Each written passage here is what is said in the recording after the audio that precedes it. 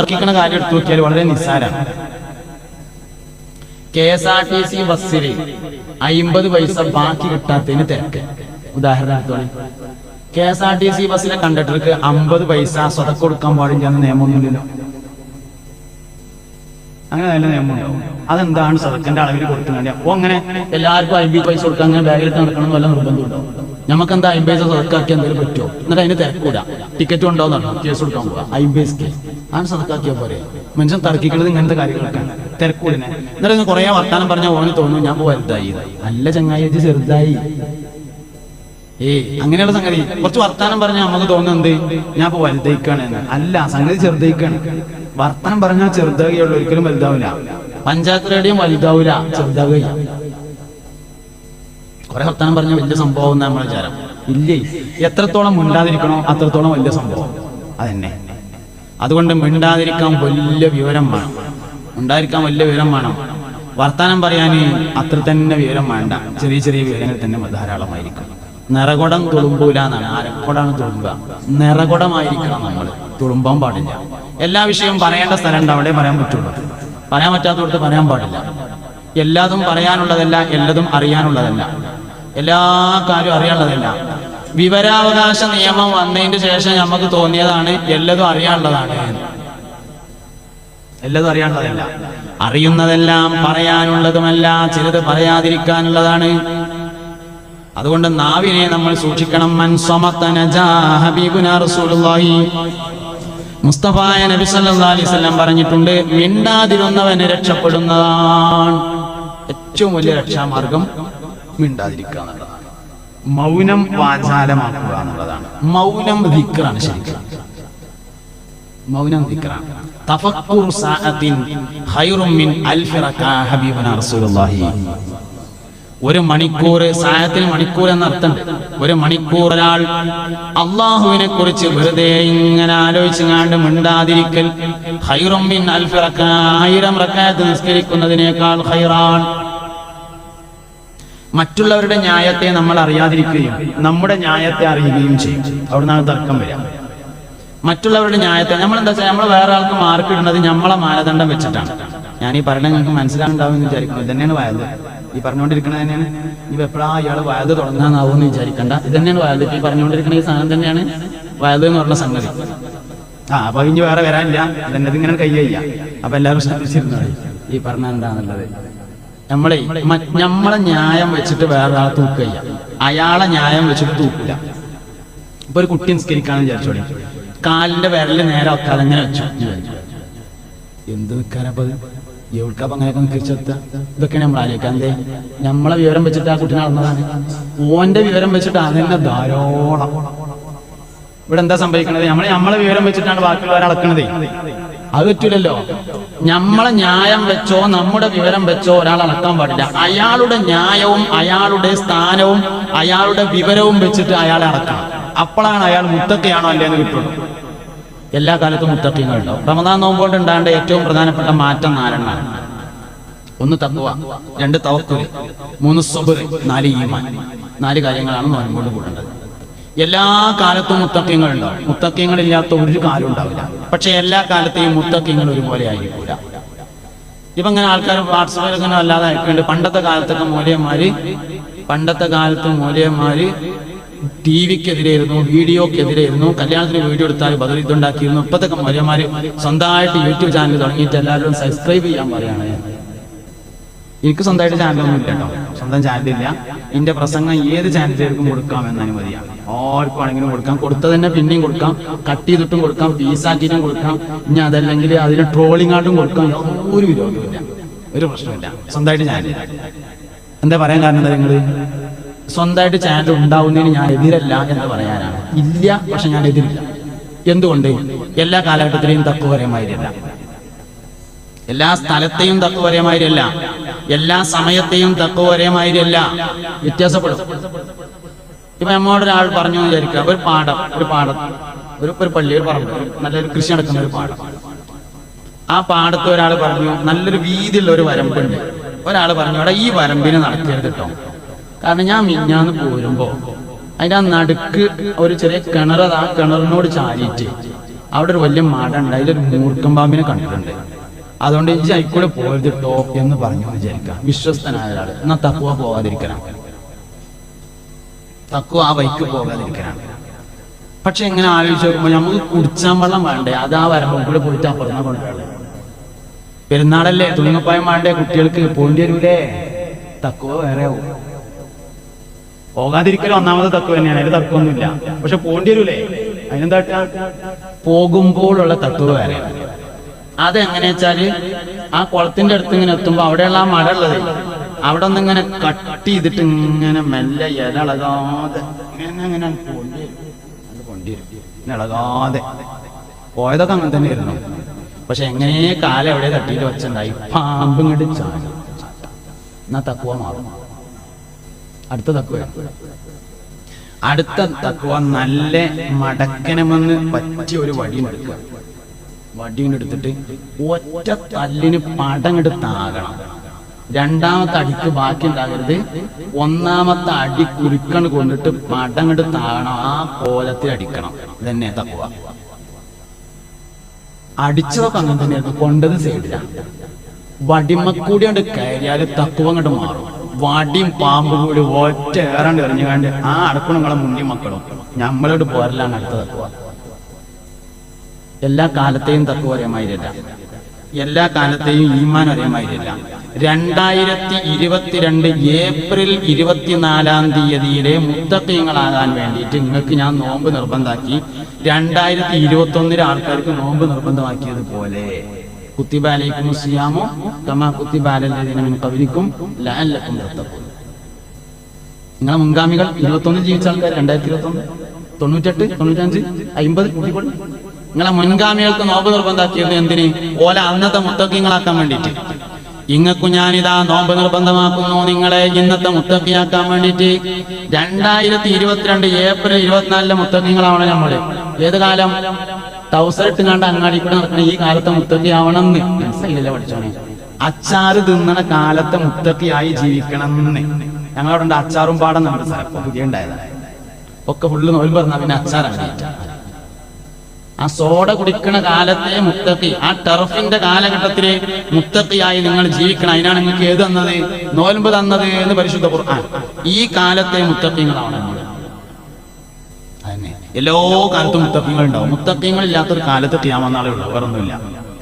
എല്ലാ കാലഘട്ടത്തിലും മുത്തഖീങ്ങളുണ്ട്, എല്ലാ കാലത്തും ഈമാനുള്ളവരുണ്ട്, എല്ലാ കാലഘട്ടത്തിലും ഔലിയാക്കളുണ്ട്, എല്ലാ കാലത്തും സ്വാലിഹീങ്ങളുണ്ട്.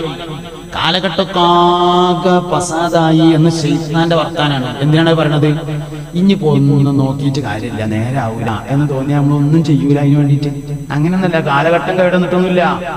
കാലഘട്ടമൊക്കെ വളരെ ഉഷാറാണ്, ഒരു കുഴപ്പമില്ല. ഞമ്മക്ക് എന്തെങ്കിലും കേടുണ്ടാവുന്നേ ഉള്ളൂ, അത് മാറ്റിയാൽ മതി.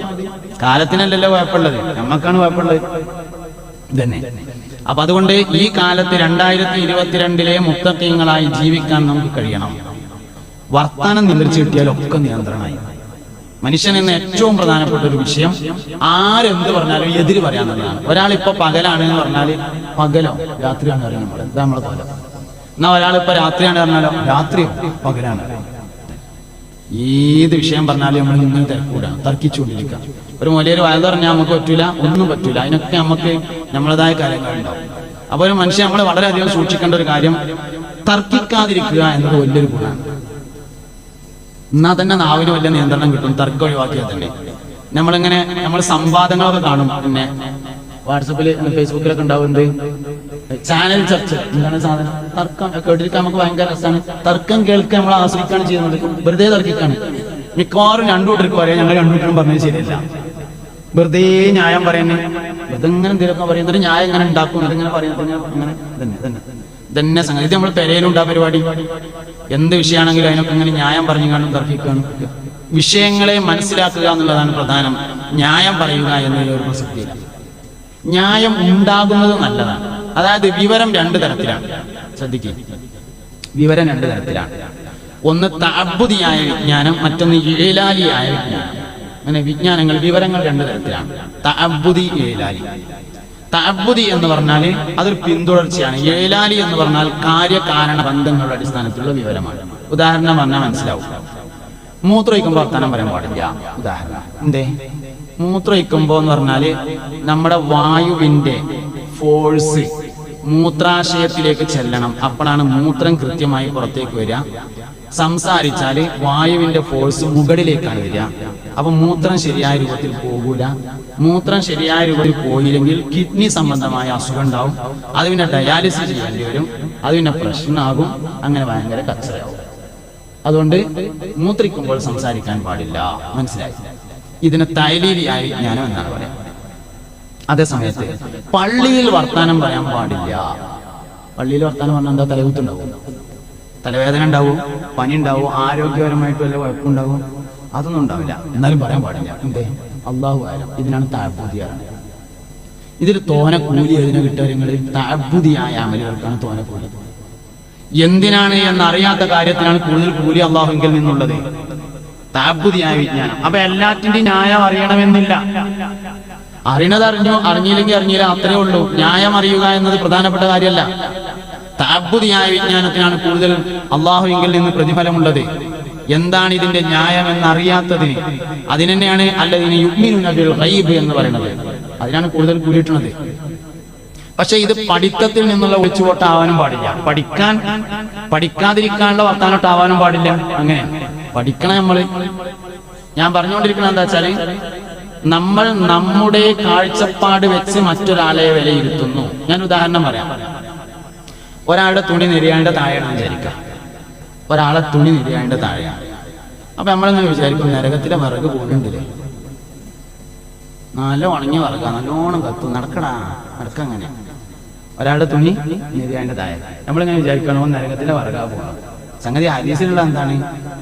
മൻ ജറ ഇസാറഹു ഖുയലാ ഫൽയതബവ്വ മഖാദഹു മിനന്നാർ എന്നാണ് ഹദീസിലുള്ളത്.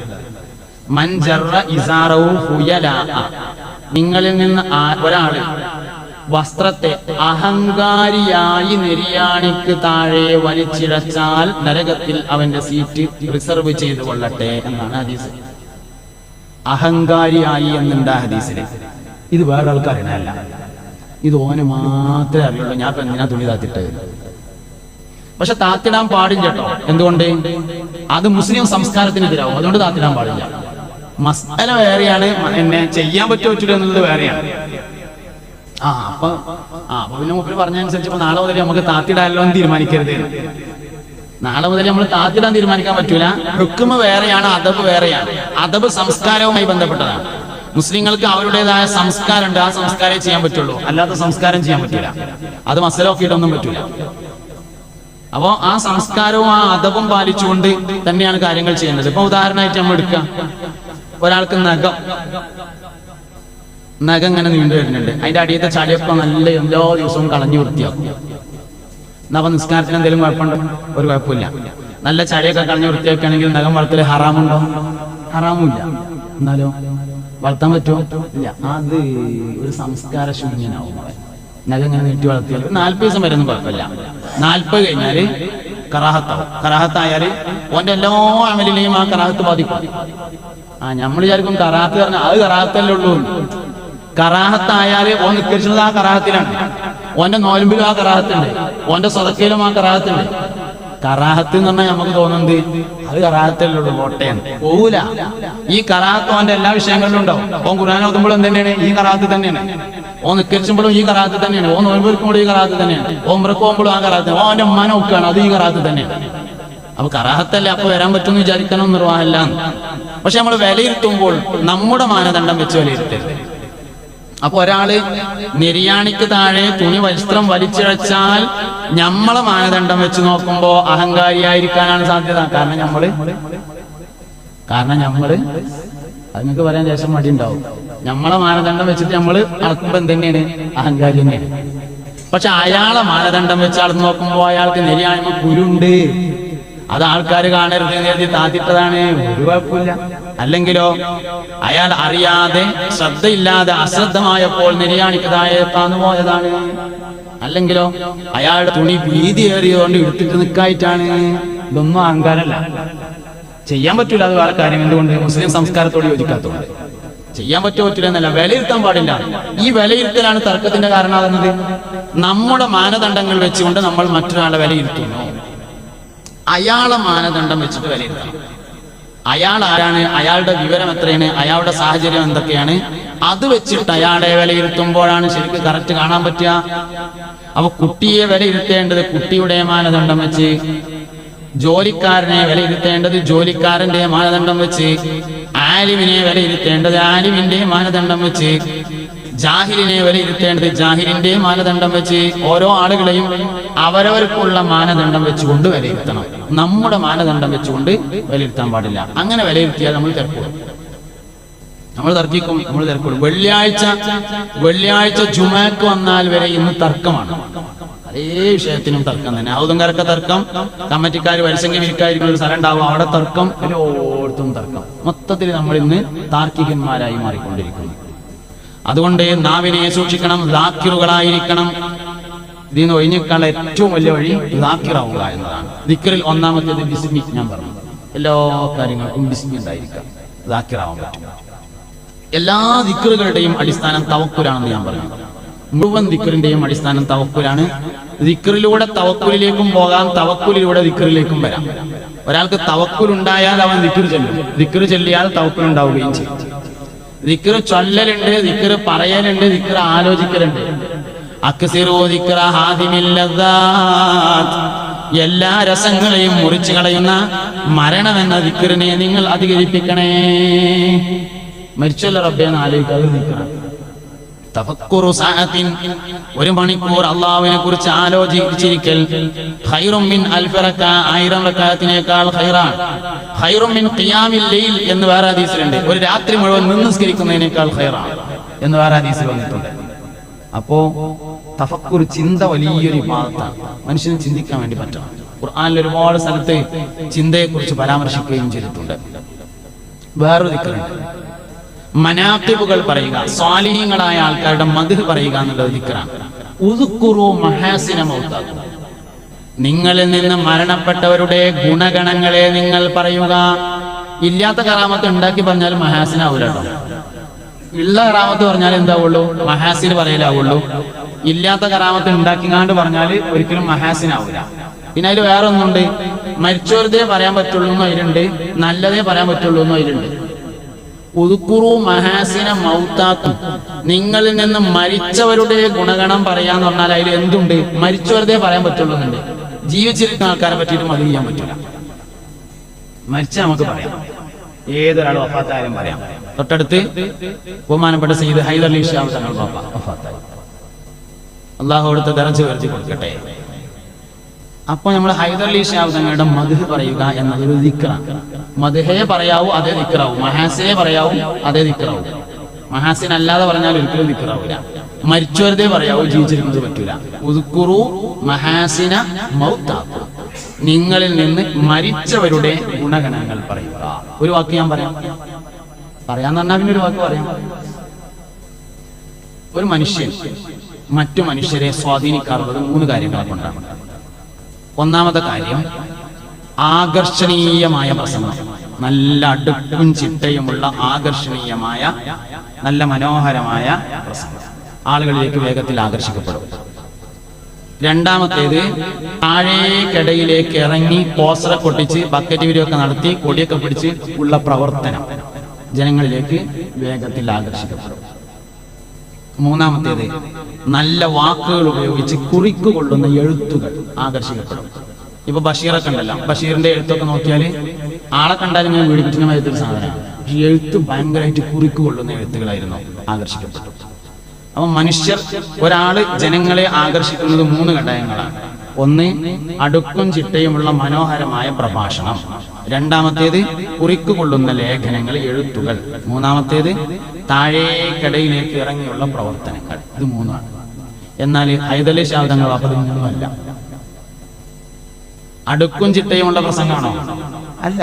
പ്രസംഗം എന്ന് പറഞ്ഞാൽ ഒരു വാക്ക് പറഞ്ഞ് പിന്നെ അടുത്ത വാക്ക് പറയുന്നുണ്ടാവില്ല. പള്ളിയിൽ കാണത്തിൽ ചെന്നാലും എപ്പോ ചെന്നാലും ഒരേ ഹദീസ് തന്നെ ഓതുന്നു. മൻ ബനാ മസ്ജിദൻ ലില്ലാഹി ബനല്ലാഹു ലഹു ബൈതൻ ഫിൽ ജന്ന. അതിന്റെ അർത്ഥം പറയും. അടുക്കും ചിട്ടയുമുള്ള പ്രസംഗമല്ല. വലിയ ലേഖനം എഴുതുന്ന, നല്ല കുറിക്കൊള്ളുന്ന ചാട്ടുളി പ്രയോഗങ്ങളുള്ള ലേഖകനും അല്ല. ഹൈദരലി ഷാ തങ്ങളുടെ പേരിൽ എവിടെയെങ്കിലും ലേഖനം കണ്ടിട്ടുണ്ടെങ്കിൽ അത് മൂപ്പര് എഴുതിയതായിരിക്കില്ല, മൂപ്പര് പറഞ്ഞു കൊടുത്തിട്ട് ആരെങ്കിലും എഴുതിയതായിരിക്കും, അല്ലെങ്കിൽ എഴുതിയിട്ട് സമ്മതം പഠിച്ചതായിരിക്കും. അങ്ങനെ ലേഖനങ്ങൾ എഴുതുന്ന ഒരാളുമല്ല ഹൈദരലി ഷാ തങ്ങൾ. താഴേക്കിടയിലേക്ക് ഇറങ്ങി പ്രവർത്തിക്കുന്ന പോസ്റ്ററെ കൊട്ടിച്ച് കൊടിയൊക്കെ പിടിച്ച് ബക്കറ്റ് വീരമൊക്കെ നടത്തി അങ്ങനെയുള്ള ഒരാളുമല്ല. പിന്നെന്താ, ഹൈദരലി ഷാ തങ്ങൾ വാപ്പാനെ വേർതിരിക്കുന്നത് 3 ഘടകങ്ങളാണ്. അതാർക്കുള്ള എല്ലാ മൂപ്പർക്ക് മാത്രമല്ല, 3 ഘടകങ്ങൾ. 1 സ്നേഹമാണ്, 2 ക്ഷമയാണ്. സ്നേഹം എന്ന് പറഞ്ഞാൽ നമ്മളെ മരുത്തല്ല. ഞാൻ ഒരിക്കൽ മുഹമ്മദ് അലി ഷാ തങ്ങളെ പറ്റിയിട്ട് ഒരിക്കൽ കൊളത്തൂർ മൗലവി ഒരു സംഭവം പറഞ്ഞു തരണ്ടായി. ഒരു മഹല്ലില് ഒരിക്കലൊരു വെള്ളിയാഴ്ച ഒരാൾ പിരിവിന് വന്നിട്ടേ, ഇങ്ങനെ ഒരു ഇന്നോടത്തിന്നാലിന് ആള് അയാളെ സഹായിക്കണം എന്നൊക്കെ കൊണ്ട് ഷിഹാബ് തങ്ങളൊരു എഴുത്തേറ്റ് ഒരു മഹല്ലിൽ ഒരാൾ പിരിവിന് വന്നു. സുഖമില്ലാത്ത ആളാണ്, ഒരുപാട് കടങ്ങളുണ്ട്, കാര്യമായി അയാളെ സഹായിക്കണം എന്നൊക്കെ പറഞ്ഞിട്ടുള്ള നല്ല എഴുത്ത്, ഷിഹാബ് തങ്ങൾ എഴുത്ത് കിട്ടിയപ്പോൾ മഹല്ലിക്കാർ കത്തൊക്കെ വായിച്ചു. കാതയുടെ എഴുത്തല്ല കിട്ടിയത്, പോലെ അത് പള്ളിക്ക പറഞ്ഞു, നല്ല പിരിവ് നടത്തി നല്ല പൈസ കിട്ടി. പിരിവൊക്കെ കഴിഞ്ഞിട്ട് പോകാൻ നേരത്തെ ഒരാൾക്കൊരു സംശയം, കത്തിന് കുറച്ച് വലിപ്പം കൂടുതലുണ്ട്, ഇത്ര വലിയ കത്ത് ആരും എഴുതലില്ല, ഷിഹാബ് തങ്ങൾ എഴുതലില്ലല്ലോ എന്നൊരു സംശയം ഒരാൾക്ക്. അങ്ങനെ ഷിഹാബ് തങ്ങൾ എഴുതിയ വേറൊരു കത്തെടുത്തുങ്ങാണ്ട് തട്ടിച്ചു നോക്കുമ്പോ ലെറ്റർ പേഡ് മാറിപ്പോ, പേരൊന്നാണെന്നേ ഉള്ളൂ, ലെറ്റർ പേഡ് വേറെയാണ്. ഷിഹാബ് തങ്ങൾ ലെറ്റർ പേഡും അല്ല, മൂപ്പരെ കയ്യക്ഷരവും അല്ല. ഷിഹാബ് തങ്ങളെ കത്തിന്റെ അതേമാതിരത്തെ കത്ത് വേറെ ഉണ്ടാക്കിയിട്ട് അതിൽ നല്ലൊരു മാറ്ററൊക്കെ തയ്യാറാക്കി മൂപ്പരനെ ഒപ്പൊക്കെ ഇട്ടുങ്ങാണ്ട് തിരിച്ചാണ് നടന്നു. ആൾക്കാർക്ക് കൊണ്ട് ഹാലിളകുമല്ലോ, ആൾക്കാരും ഇളകൂല, നമുക്കാണെങ്കിലും ഇളകും. വേഗം ജീപ്പ് വിളിച്ചുകൊണ്ട് ചങ്ങാതിനായി കയറ്റിട്ടുങ്ങാണ്ട് ചോറ് കഴിക്കാനൊന്നും നിന്നില്ല, നേരെ പാണക്കാട്ട് പോന്നു. നേരെ പാണക്കാട്ട് വന്ന ശാബ്ദങ്ങൾ, മൊമ്മലി ശാബ്ദങ്ങൾ വീടിന്റെ മുമ്പിൽ ഇങ്ങനെ ഇരിക്കുന്നുണ്ട്. അപ്പൊ ചെന്ന ആൾക്കാരെ കൂടി കണ്ടപ്പോ എന്തേ പോന്നു ചോദിച്ചു. തങ്ങൾ പാപ്പാ, ഈ ചങ്ങായി ഉണ്ടല്ലോ, നിങ്ങളെ പേരില് ലെറ്റർ പേഡ് കട്ടടിച്ചിട്ട് ഓൻ പിരിച്ച്, എവിടൊക്കെ പിരിച്ചത് എത്രയൊക്കെ പിരിച്ചതെന്ന് യാതൊരു ലെവലും ഇല്ല എന്ന് പറഞ്ഞപ്പോ ശാബ്ദങ്ങൾ ചോദിച്ചു, തന്നോട് അജ് പിരിച്ചോ എന്ന് ചോദിച്ചു. ആന്ന്. എന്തിനെ പിരിച്ചെന്ന് ചോദിച്ചു. എനിക്ക് വേറൊരു വയ്യില്ലായിട്ട് ചെയ്തതാണ്, അൽ ഫാത്തിഹ എന്ന് പറഞ്ഞത് വരുന്നങ്ങാണ്ട് പൊയ്ക്കോളിയാണ്. സ്നേഹം തന്ന സാധനം അതാണ്. അത് പൊട്ടുമുടിയല്ല, അത് നമുക്ക് ഇവിടെ പീടിയിൽ നിന്ന് പോയിട്ട് വാങ്ങാൻ കിട്ടുന്ന സാധനമൊന്നല്ല. ഒരു 2 റുപ്യക്ക് സ്നേഹം പീടിയിൽ നിന്ന് കിട്ടൂല, അവിടെ ഉണ്ടാകുക തന്നെ വേണം. അതുപോലെ വല്ലിപ്പാക്ക് ഉണ്ടായിരുന്നു. വല്ലിപ്പണ്ട് മദീനത്ത് കിടന്നുറങ്ങുന്ന മുഹമ്മദ് നബി സല്ലല്ലാഹു അലൈഹി വസല്ലം ഇവർക്കുണ്ടായിരുന്നു. സല്ലല്ലാഹു അലൈഹി വസല്ലം അബൂജാഹിലിന്റെ പേരിൽ ഒരു സൽക്കാരം ഉണ്ടായിരുന്നു. സൽക്കാരത്തിന് പോകുമ്പോ വൈക്കുന്ന ജിബ്രീലിനെ കണ്ടു അലൈഹിസ്സലാം. എവിടുക്കാ പോണ ചോദിച്ചു. അതിങ്ങനെ സൽക്കാരത്തിന് പോവുകയാണ് പറഞ്ഞു. ആയിക്കോട്ടെ ഞാനും ഉണ്ട് പറഞ്ഞു. ശരി പറഞ്ഞു. പോയി. ഇവെന്താ പെരന്റെ മുന്നിൽ ഒരു കുഴി ഒത്തിയിട്ട് അതിന്റെ മേലെ ഇങ്ങനെ മണ്ണിട്ട് വെച്ചിട്ടാണ് ചാടിക്കാൻ വേണ്ടിയിട്ട്. നബി ഇങ്ങനെ വരുന്നുണ്ടോ, ജിബ്രീലിനെ പിന്നെ മൂപ്പര് കാണുന്നില്ലല്ലോ. നബി ഞങ്ങൾ ഇങ്ങനെ വരുന്നുണ്ട്. അപ്പൊ മൂപ്പര് ഡൈനിങ് ഹാളിന്റെ കട്ട നോക്കിയിട്ട് ഇങ്ങനെ നോക്കുകയാണ്. ഇപ്പൊ ചാടും നിർത്തിയിട്ട് ഡൈനിങ് ഹാളിൽ നെയ്താലയുടെ കട്ട നോക്കിയിട്ട് ഇങ്ങനെ നോക്കും. മുറ്റത്ത് ഇറങ്ങിയൊക്കെ ജിബ്രീൽ അലൈഹിസ്സലാം കൈ പിടിച്ചുകൊണ്ട് സൈഡിൽ കൂടെ കൊണ്ടുപോയി. പറ്റിച്ചല്ല പണി. മുഹമ്മദേ ദീ കൂടെ പോയി അറിഞ്ഞാണ് ചെന്നുകൊണ്ടാണ് ചാടി ഉച്ചക്ക്. എന്നിട്ട് ആ പെരേന്ന് ചോറ് വെച്ചിട്ടാണ് മുഹമ്മദ് നബി പോകുന്നത് സല്ലല്ലാഹു അലൈഹി വസല്ലം. പോലെ വല്ലിപ്പണ്ട് മദീനത്ത് കിടക്കുന്നു. ആ ഗുണം കിട്ടിയതാണ്. ഇതന്നതാണ് സ്നേഹം എന്ന് പറഞ്ഞത്. അതുണ്ടായി.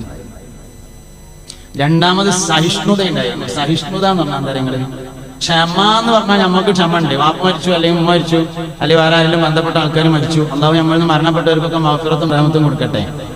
മരിച്ചാല് കുറേ ആണ്ട് പറയാനുള്ളതൊക്കെ പറഞ്ഞൊക്കെ ഒഴിച്ചിട്ട് അവസാനം നമ്മൾ പറയും ഞാൻ ക്ഷമിക്കുകയാണ് എന്ന് പറയും. അല്ലാതെ കട്ടിലേക്കാരി പോകും. അതല്ല ക്ഷമ. ക്ഷമ എന്ന് പറഞ്ഞാൽ അസ്സബ്റു ഇൻദ സദ്മത്തിൽ പോലെയാണ്. വിപത്ത് വരുന്നതിന് മുമ്പ് ക്ഷമിക്കാൻ തയ്യാറായിരിക്കണം. അതാണ് സഹിഷ്ണുത. വരാനുള്ളിടത്തോളം വന്നോട്ടെ, ഞാൻ ഏറ്റെടുക്കാൻ തയ്യാറാണ്. ഹൈദരലി ഷാ തങ്ങൾ ബാപ്പാക്ക് ഇന്നും ഇന്നലെയും ദണ്ണം തുടങ്ങിയൊന്നുമല്ല. നമ്മളെന്നറിഞ്ഞ് ഞമ്മക്കൊക്കെ ഒരു ദണ്ണം ഉണ്ടായിയൊക്കെ ഉണ്ട്. അങ്ങാടിയിൽ അറിയാത്ത ഒറ്റ മനുഷ്യനും ബാക്കി ഉണ്ടാവില്ല. നമ്മളെന്നോട് ഇറങ്ങിങ്ങാണ്ട് പറയില്ലേ അന്നെ ഇതന്നെ ചെയ്യാം. ഒരു ചെറിയ ഷുഗറിന്റെ പൊട്ടുണ്ടായാൽ മതി. കല്യാണ ശേഷത്തിന് എന്നാ ഞാൻ അറിയാത്ത ആരെങ്കിലും ബാക്കി ഉണ്ടാവും. അത് ഷുഗർ മുഴുവൻ വേണ്ട, എന്ത് മതി, ഒരു ഷുഗറിന്റെ ചെറിയ ഒരു പൊട്ടുണ്ടായാൽ മതി. ഒരു കല്യാണ നിശ്ചയത്തിൽ കൂടി കൊടുത്ത് ഞാനും ഓന് ഷുഗർ ഉണ്ട് എന്ന് അറിയാത്തത് ബാക്കി ഉണ്ടാവില്ല. ആ തരത്തിലാണ് മധുരമില്ലാത്ത ചായ അനൗൺസ് ചെയ്യുക. ഇതെന്താ നമ്മൾ കണ്ടത്? എവിടെ ക്ഷമയും സഹിഷ്ണുതയൊക്കെ അതൊക്കെ പോവുകയാണെങ്കിൽ നമുക്കെന്ന്. ഇതൊക്കെയാണ് അവരെ വേർതിരിച്ചിട്ടുള്ള ഘടകങ്ങൾ. അപ്പോ ദിക്റിന് വളരെ പ്രധാനപ്പെട്ട ഒരു അർത്ഥമുണ്ട്. മനാഖിബു സ്വാലിഹീൻ, സ്വാലിഹീങ്ങളുടെ മനാഖിബുകൾ പറയുക എന്നത് ദിക്റാണ്. അതിലാണ് മഹ്ബൂബ് മൗലിദും മുഹ്യിദ്ദീൻ മൗലിദും റിഫായി മൗലിദും ഷറഫലന മൗലിദും ഖിദ്ർ മൗലിദും സുലൈമാൻ മൗലിദും എല്ലാം വരുന്നത്. ദിക്റിന് വേറെ അർത്ഥമുണ്ട്. ദിക്റുൽ അംബിയാഇ ഇബാദത്തുൻ വദിക്റുസ് സ്വാലിഹീന കഫാറത്തുൻ. അംബിയാക്കളെ പറയൽ ഇബാദത്തും സ്വാലിഹീങ്ങളെ പറയൽ കഫാറത്തുമാകുന്നു എന്നുള്ളത് തഫ്സീറിലുണ്ട്. ഐ ദിക്റു അസ്മാഇഹിം, അവരുടെ പേര് പറയുക എന്ന്. നല്ല മനുഷ്യന്മാരെ പേര് പറയൽ ദിക്റാണ്. തസ്ബീഹ്മാല എടുത്തിട്ട് ഇങ്ങനെ ആദം നബി അലൈഹി ഇസ്ലാം, മൂസാ നബി അലൈഹി ഇസ്ലാം, നൂഹ് നബി അലൈഹി ഇസ്ലാം വെറുതെ പറഞ്ഞാൽ കൂലിട്ടു.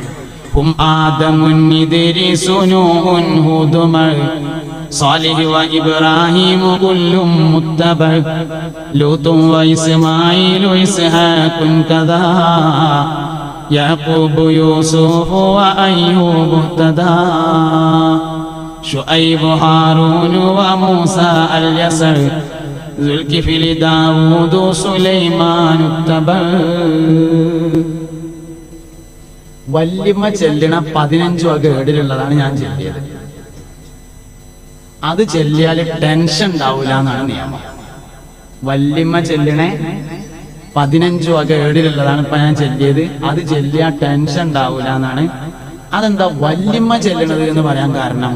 വല്യപ്പ ഇല്ലാത്തോണ്ട് തന്നെ, വല്യപ്പ ചെല്ലാത്തോണ്ട് തന്നെയാണ് വല്യമ്മ ചെല്ലണത് പറയാൻ കാരണം. സ്വാലിഹീങ്ങളുടെ പേര് ടെൻഷൻ ഉണ്ടാവില്ല. സ്വാലിഹീങ്ങളുടെ പേര് വെറുതെ പറഞ്ഞാൽ മതി.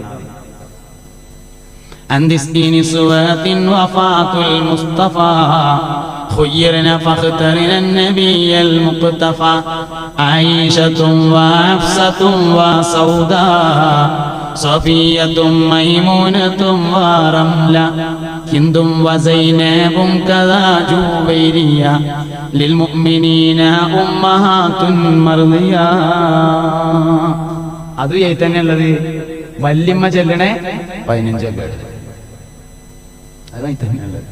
അബൂഹു അബ്ദുല്ലാഹി അബ്ദുൽ മുത്തലിബ് വഹാഷിമുൻ അബ്ദു മനാഫിൽ മുൻതസിബ് മുസൈകിലാബുൻ മുറത്തുൻ കബുൽ ലുഗൈ ഗാലിബ് ഫീറും മാലികുൻ നദറുൻ ഉഖൈ കിനാനത്തുൻ ഹുസൈമത്തുൻ വ മുദ്രിക ഇല്യാസ് സുമ്മാ മുദറുകും മുദ്രിക നിസാറും വഅദ്ദും മദ്നാനു തർത്തീബും ആതാബിഹി തിബിയാനു. വല്ലിപ്പല്ലിക്കൊള്ളി അടുത്ത വേദന വരുമ്പോ എന്ത് പറഞ്ഞോണ്ട് വല്ലിപ്പ ചെല്ലണ ഏഴില് എന്ന് പറഞ്ഞോണ്ട് ചെല്ലുകയാണെങ്കിൽ ടെൻഷൻ ഉണ്ടാവില്ല. ഞമ്മങ്ങനെ കുടിരിക്കലിന് മോലിയന്മാരൊക്കെ വിളിക്കുമല്ലോ. അങ്ങനെ എല്ലാവരും വന്നിട്ട് സുബഹിസ്കാരം കഴിഞ്ഞിട്ട് ഇങ്ങനെ മൗലിദിന്റെ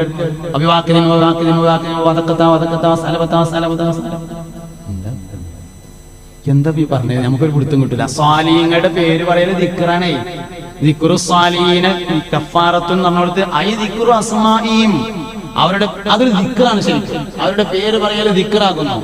അലിഫൻ സുബൈറുൻ യുബ്രിഉ സഅദുൻ സഈദുൻ ഹാനിഉ അസ്അദു ഇമ്രാനു വ ഉബയ്യുൻ ഉബയ്യുൻ അബ്ദുല്ലാഹ് ലാ ഇലാഹ ഇല്ലല്ലാഹു ലാ ഇലാഹ ഇല്ലല്ലാഹ് ലാ ഇലാഹ മുഹമ്മദുർ റസൂലുള്ളാഹ്. അപ്പൊ നാവ് നിയന്ത്രണ വിധേയമാവാൻ ഒരാൾ ചെയ്യേണ്ട ഒരു കാര്യം ദാക്കിറാവുക എന്നതാണ്. എപ്പോഴും ദാക്കിറാവുക. ബിസ്മി കൊണ്ടായിരിക്കണം ദാക്കിറാവലിന്റെ തുടക്കം. 21 ദിവസം എന്ത് കാര്യം ചെയ്യുമ്പോഴും ഒരാൾ ബിസ്മി ചൊല്ലുക എന്നത് ശീലമാക്കിയാൽ 22ാമത്തെ ദിവസം മുതൽ അയാൾ അറിയാതെ ബിസ്മി ചൊല്ലിക്കൊണ്ടിരിക്കും. ഒരു വിഷയം ഒരാൾക്ക് ശീലമാവാൻ എടുക്കുന്ന കാലം 21 ദിവസമാണ്. നല്ല സൂക്ഷിച്ച് 21 ദിവസം മുടങ്ങാതെ എന്ത് മൊബൈൽ രാവിലെ ഓണാക്കുകയാണ്. ബിസ്മില്ലാഹിർ റഹ്മാനിർ റഹീം എന്ന് പറഞ്ഞ് ഓണാക്കിയാൽ കാമുകിക്ക് വിളിക്കാൻ തോന്നില്ല. ബിസ്മി വലിയൊരു സംരക്ഷണമാണ്. അത് തവക്കുലിന്റെ ഇസ്മാണ്. ബിസ്മി തവക്കുലിന്റെ ഇസ്മാണ്. ഏറ്റവും വലിയ തവക്കുലാണ് ബിസ്മി നൽകുന്നത്. അതുകൊണ്ട് ഖൈറുള്ള എന്ത് കാര്യമാണെങ്കിലും ബിസ്മി കൊണ്ട് തുടങ്ങുക എന്നത് നമ്മളൊരു ശീലാക്കിയാൽ നാവ് നിയന്ത്രണ വിധേയമാവും. തർക്കത്തെ നമ്മൾ ഒഴിവാക്കണം. അത് ശൈത്താനിയത്താണ്. ആദ്യമായി തർക്കിച്ച ആള് ലഅനത്തുല്ലാഹി അലൈഹി ഇബ്ലീസാണ്. അവന്റെ സന്താന പരമ്പരയും അതന്നെയാണ്. ശൈത്താന്റെ ഏറ്റവും പ്രധാനപ്പെട്ട പണിയും തർക്കം ഉണ്ടാക്കലാണ്. തർക്കത്തിൽ വെച്ച് ഏറ്റവും വലിയ തർക്കം ഭാര്യയും ഭർത്താവും തർക്കിക്കുന്നതാണ്. ഏറ്റവും വലിയ തർക്കം പുതിയാപ്പിളയും പുതിയണ്ണും തർക്കിക്കുന്നതാണ് ഏറ്റവും വലിയ തർക്കം. ശൈത്താന്റെ ഇബ്ലീസിന്റെ ഏറ്റവും പ്രധാനപ്പെട്ട പരിപാടിയും പുതിയാപ്പിളിനെയും പുതിയണ്ണിനെയും തർക്കിച്ചിങ്ങാണ്ട് തമ്മിൽ തെറ്റിക്കുക എന്നതാണ്. അതുകൊണ്ട് താർക്കികന്മാരാവരുത്, ദാക്കിരീങ്ങളാവണം. ദിക്റിന്റെ അധികാരായിരിക്കണം. അത് വലിയ ഒരു നിഅമത്താണ്. അങ്ങനെ ഒരു അവസരം ഉണ്ടാകുക എന്നുള്ളത്. അതിന് ബിസ്മി കൊണ്ട് എല്ലാവരും തുടങ്ങുക. ഞാൻ ചൊല്ലി തരും പോലെ ചൊല്ലി. അല്ലാ അല്ലാ മാഷാ അല്ലാ ചൊല്ലി. നീ എൻ്റെ തുണയല്ലാ, ലാ ഖുവത ഇല്ലാ ബില്ലാഹ്, ജന്നത്തിൽ ചേർക്കല്ലാ. അല്ലാ അല്ലാ മാഷാ അല്ലാ, നീ എൻ്റെ തുണയല്ലാ, ലാ ഖുവത ഇല്ലാ ബില്ലാഹ്, ജന്നത്തിൽ ചേർക്കല്ലാ. ബിൽഫിഇൽ അവ്വലാണി ജിഹാദ്, ബിതൗഫീഖി ജല്ലല്ലാഹ്. ബിശ്റുടയ റമളാൻ 17 ബദരീങ്ങൾക്ക് റളിയല്ലാഹ്. ബാനറുകൾ ഒരു 4000 ബന്ദുള്ള സാഅത്ത്, ബില്ലാഹി വബിജാഹില്ലാഹി, ബദരീങ്ങൾ വിജയീത്ത്. ബാഉം യാഉം സീനും അലിഫും, ബദരീങ്ങൾ കഥദോത്ത്. ബാഷീറവരാം മുത്തുനബിയോർ, ബന്ദിയുടെ അമരത്ത്. ബഹറാണവരുടെ പോരിശ പറയാൻ, വല്ലാത്തൊരു അജബാണേ. ബദരീങ്ങൾക്കെഴുന്നേറ്റതു നിൽക്കൽ, ബഹുമാനർ സഹബാണേ.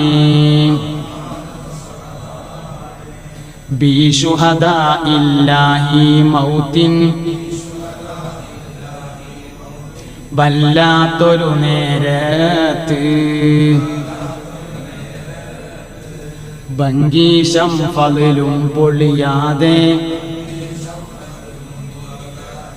ബൈജിക പിരിസാഅത്തിൽ. ബശറും ജിന്നും പിന്നെ മലക്കും, ബേജാറാം സാഅത്തിൽ. ബദരീങ്ങൾ മദദാൽ ചേർക്കേണേ, ഭാര്യ നീ സ്വർഗത്തിൽ. അല്ലാ അല്ലാ മാഷാ അല്ലാ, നീ എൻ്റെ തുണയല്ലാ, ലാ ഖുവത ഇല്ലാ ബില്ലാഹ്, ജന്നത്തിൽ ചേർക്കല്ലാ. الفاتحة. أعوذ بالله من الشيطان الرجيم. بسم الله الرحمن الرحيم. الحمد لله رب العالمين الرحمن الرحيم مالك يوم الدين. إياك نعبد وإياك نستعين اهدنا الصراط المستقيم صراط الذين أنعمت عليهم غير المغضوب عليهم ولا الضالين آمين. بسم الله الرحمن الرحيم. قل هو الله أحد الله الصمد لم يلد ولم يولد ولم يكن له كفوا أحد. بسم الله الرحمن الرحيم. قل هو الله أحد الله الصمد لم يلد ولم يولد ولم يكن له كفوا أحد. بسم الله الرحمن الرحيم. قل هو الله أحد الله الصمد لم يلد ولم يولد ولم يكن له كفوا أحد. بسم الله الرحمن الرحيم. قل أعوذ برب الفلق من شر ما خلق ومن شر غاسق إذا وقب ومن شر النفاثات في العقد ومن شر حاسد إذا حسد. بسم الله الرحمن الرحيم. قل أعوذ برب الناس ملك الناس إله الناس من شر الوسواس الخناس الذي يوسوس في صدور الناس من الجنة والناس. അൽഹംദുലില്ലാഹി റബ്ബിൽ ആലമീൻ. അല്ലാഹുമ്മ സ്വല്ലി അലാ റസൂലിക സയ്യിദനാ മുഹമ്മദിൻ വഅലാ ആലി സയ്യിദനാ മുഹമ്മദ്. അർഹമർ റഹീമായ റബ്ബേ, ഞങ്ങൾ പറഞ്ഞതും കേട്ടതും ഒരുമിച്ച് കൂടിയതും ചൊല്ലിയതും എല്ലാം നീ ഖബൂലാക്കണം റഹ്മാനെ. അറിഞ്ഞും അറിയാതെയും ഞങ്ങളിൽ നിന്ന് വന്നുപോയ എല്ലാ ചെറുതും വലുതുമായ തെറ്റുകുറ്റങ്ങളെ വിട്ടുപുറത്ത് മാഫാക്കണേ അല്ലാഹ്. ഞങ്ങളുടെയും ഞങ്ങളുടെ മരണപ്പെട്ടുപോയ ഉമ്മവാപ്പമാർ, ഉസ്താദുമാർ, ബന്ധുക്കൾ, ദുആ ചെയ്യാൻ പറഞ്ഞവർ, ഞങ്ങളെ സഹായിച്ചവർ, ഈ പരിപാടിയെ സഹായിച്ചവർ, പള്ളിയെ സഹായിച്ചവർ, ദുആ ചെയ്യാൻ പ്രത്യേകം ഏൽപ്പിച്ചവർ എല്ലാവരുടെയും ഖബറിനെ സ്വർഗ്ഗമാക്കണേ അല്ലാഹ്. ഹിസാബ് എളുപ്പമാക്കണേ റഹ്മാനെ. ജന്നാത്തുൽ ഫിർദൗസിൽ പുന്നാര നബിയോടൊപ്പം ഒരുമിച്ച് കൂട്ടണേ അല്ലാഹുവേ. അർഹമർ റഹീമായ റബ്ബേ, ഞങ്ങളുടെ ദുനിയവിയായ എല്ലാ വിഷയങ്ങളെയും നീ ഏറ്റെടുക്കണേ അല്ലാഹ്. ഖൈറിലും സലാമത്തിലും റാഹത്തിലുമാക്കണേ റഹ്മാനെ. മാലിലും ഔലാദിലും അസ്വാജിലും ബുയൂത്തിലും ബറക്കത്ത് ചെയ്യണേ അല്ലാഹ്. ഇൽമിലും അമാറിലും അസ്ഫാറിലും നീ ബറക്കത്ത് ചെയ്യണേ റഹ്മാനെ. വിദേശത്തുള്ള ഞങ്ങളുടെ സഹോദരങ്ങൾക്ക് ബറക്കത്ത് നൽകണേ അല്ലാഹ്. അല്ലാഹുവേ, ഉള്ള ജോലിയിൽ ഞങ്ങൾക്ക് നീ ബറക്കത്ത് ചെയ്യണം റഹ്മാനെ. വരുമാനങ്ങളിൽ ബറക്കത്ത് ചെയ്യണേ റഹ്മാനെ. പടച്ചവനെ ഖൈറിന്റെയും സലാഹിയത്തിന്റെയും അഹ്ലുകാരിൽ പെടുത്തണേ റഹ്മാനെ. അല്ലാഹുവേ, ഞങ്ങളെല്ലാവരെയും മുത്തഖീങ്ങളിൽ ചേർക്കണേ അല്ലാഹ്. റമദാൻ നല്ല നിലയിൽ സാക്ഷി നിൽക്കുന്നവരിൽ ഉൾപ്പെടുത്തണേ റഹ്മാനെ. പ്രായമായ ഒരുപാട് ആളുകളുള്ള സദസ്സാണ്, ദീർഘായുസ്സും ആഫിയത്തും നൽകണേ അല്ലാഹ്. കുട്ടികൾ ഒരുപാടുള്ള സദസ്സാണ്, പടച്ചവനെ അവരുടെ ബറക്കത്തുകൊണ്ട് ഞങ്ങളുടെ ദുആ ഖബൂലാക്കണം റഹ്മാനെ. അർഹമർ റഹീമായ റബ്ബേ, ഖൽബിൽ ഒരുപാട് മുറാദുകളുണ്ട്, പലരും ദുആ ചെയ്യാൻ ആവശ്യപ്പെട്ടിട്ടുണ്ട്. എല്ലാ മുറാദുകളെയും ഹാസിലാക്കണേ അല്ലാഹ്. ദുആ ചെയ്യാൻ പ്രത്യേകം ഇവിടെ ഏൽപ്പിക്കപ്പെട്ട ആളുകളുണ്ട്, അവരുടെ എല്ലാ ഉദ്ദേശങ്ങളെയും വീട്ടിക്കൊടുക്കണേ റഹ്മാനെ. രോഗങ്ങളെ ശിഫയാക്കണേ റഹ്മാനെ. അർഹമർ റഹീമായ റബ്ബേ, ശരീരത്തിന്റെയും മനസ്സിന്റെയും എല്ലാ രോഗങ്ങളെയും ശിഫയാക്കണം റഹ്മാനെ. അല്ലാഹുവേ, എന്തൊക്കെ പ്രയാസങ്ങളുണ്ടായാലും എല്ലാവരും കേൾക്കുന്ന സമയത്ത് ഉറക്കെ കലിമ ചൊല്ലി മരിക്കാൻ നീ ഭാഗ്യം നൽകണേ അല്ലാഹ്. اللهم اغننا بحلالك عن حرامك وبطاعتك عن معصيتك وبفضلك عمن سواك. لا تدع لنا ذنبا الا غفرته ولا عيبا الا سترته ولا هما الا فرجته ولا دينا الا اديته ولا مرضا الا شفيته ولا عدوا الا دمرته ولا فسادا الا اصلحته. اللهم احسن مرادنا واشف امراضنا وعدد ديننا وبارك لنا فيما اعطيتنا. افتح لنا أبواب الخير والقوة والبركة والسلامة والعافية إنك على كل شيء قدير. سبحانك اللهم وبحمدك أشهد أن لا إله إلا أنت أستغفرك وأتوب إليك. وصلى الله تعالى وسلم على خير خلقه سيدنا محمد وآله وصحبه أجمعين والحمد لله رب العالمين. صلى الله على محمد صلى الله عليه وسلم. صلى الله على محمد صلى الله عليه وسلم. اللهم صل على محمد.